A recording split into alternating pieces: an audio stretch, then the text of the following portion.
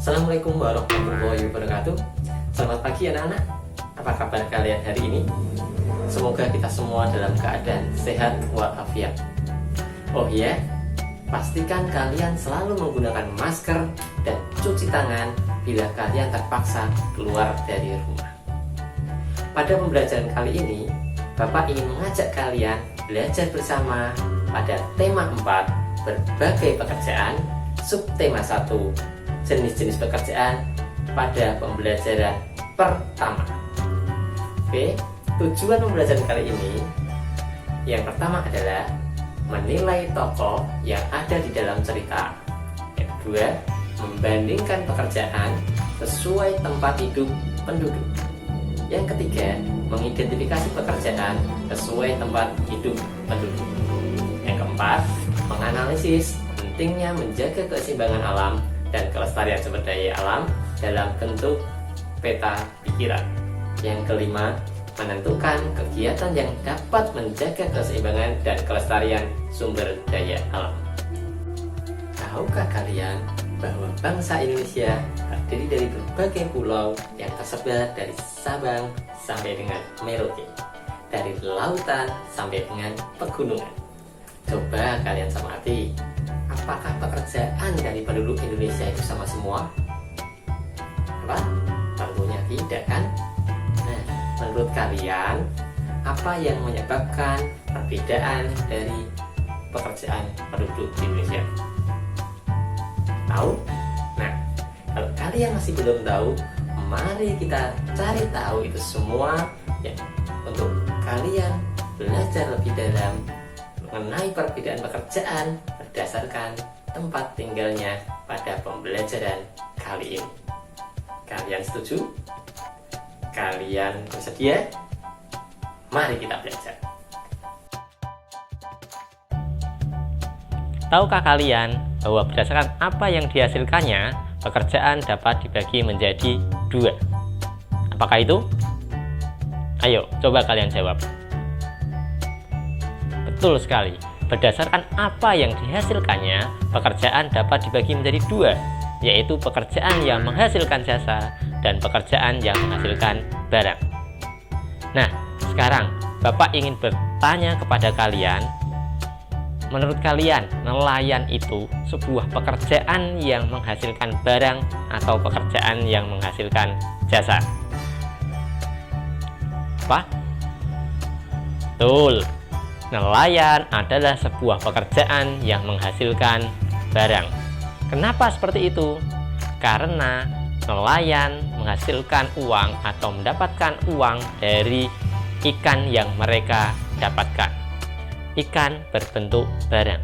Bisa dikatakan bahwa nelayan adalah sebuah pekerjaan yang menghasilkan barang.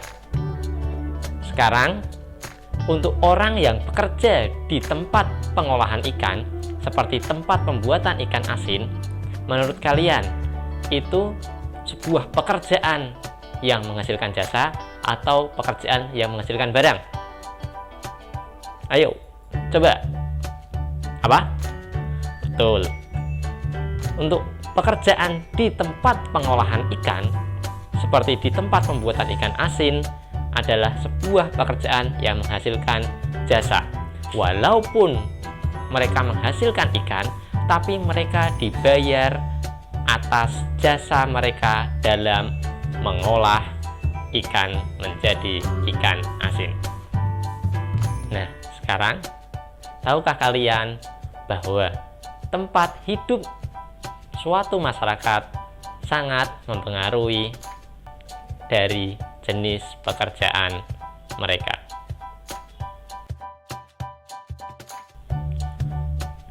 Pekerjaan di daerah dataran tinggi. Di daerah dataran tinggi, seperti halnya di daerah Jawa Barat, banyak dimanfaatkan sebagai perkebunan, seperti perkebunan teh. Selain sebagai perkebunan, dataran tinggi juga sering dimanfaatkan sebagai lahan pertanian, yaitu pertanian umbi-umbian. Seperti halnya di daerah dataran tinggi Dieng, Jawa Tengah, masyarakat daerah dataran tinggi Dieng memanfaatkan lahan mereka untuk sebagai lahan pertanian kentang. Dataran tinggi juga dimanfaatkan untuk pertanian sayur-sayuran, misalnya wortel. Tanaman lain yang dibudidayakan di dataran tinggi adalah tembakau, coklat, dan kopi. Selain dimanfaatkan sebagai perkebunan dan pertanian, dataran tinggi juga sering dimanfaatkan sebagai tempat peristirahatan, seperti halnya villa atau losmen. Pekerjaan di daerah dataran rendah. Dataran rendah adalah wilayah yang berada di antara 0 meter sampai 200 meter di atas permukaan air laut. Dataran rendah biasanya dimanfaatkan sebagai lahan pertanian dan kawasan industri. Biasanya, tanaman yang dibudidayakan di dataran rendah adalah padi, jagung, sayuran, dan buah-buahan. Kota-kota besar juga banyak berkembang di daerah dataran rendah. Banyak gedung-gedung bertingkat, perkotaan, perkantoran, dan perusahaan besar biasa kita jumpai di daerah dataran rendah. Banyak hasil perkebunan dari daerah dataran tinggi yang dijual di pasar-pasar daerah dataran rendah. Pekerjaan di daerah pantai. Pantai merupakan daerah perbatasan antara dataran dengan lautan. Sebagian besar wilayahnya berupa pasir dan batu karang. Pantai biasanya dimanfaatkan sebagai tempat pariwisata. Sebagian besar dari penduduk yang tinggal di daerah pantai biasanya bermata pencaharian sebagai nelayan. Mereka pergi melaut untuk mencari ikan, kemudian hasil dari pendapatan mereka di laut, yaitu berupa ikan, mereka bawa ke tempat pelelangan ikan untuk dijual. Nah, sekarang tugas kalian adalah menyebutkan pekerjaan apa saja yang biasa kalian jumpai di daerah dataran tinggi, daerah dataran rendah, dan daerah pantai. Sekarang, kalian buka buku paket kalian halaman 1. Bacalah bacaan mengenai tempat hidup tanaman teh.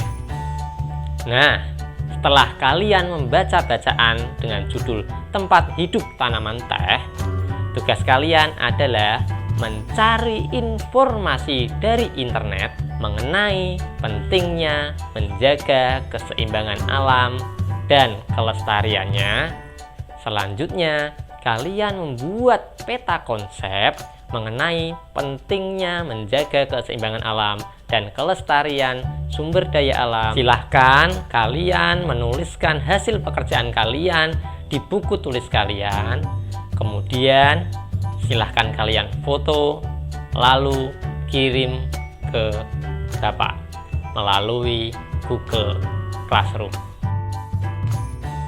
Sadarkah kalian bahwa tanaman memberikan manfaat yang besar bagi manusia?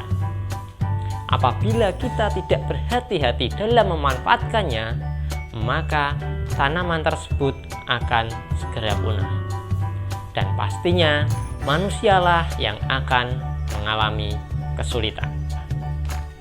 Nah, sekarang bacalah bacaan dengan judul Taman Bermain yang Hilang pada buku paket kalian halaman 6. Nah, setelah kalian membaca bacaan dengan judul Taman Bermain yang Hilang, maka jawablah pertanyaan berikut. Sampai di sini dulu pembelajaran kali ini. Jangan lupa jaga kesehatan dan kebersihan ya. Assalamualaikum warahmatullahi wabarakatuh.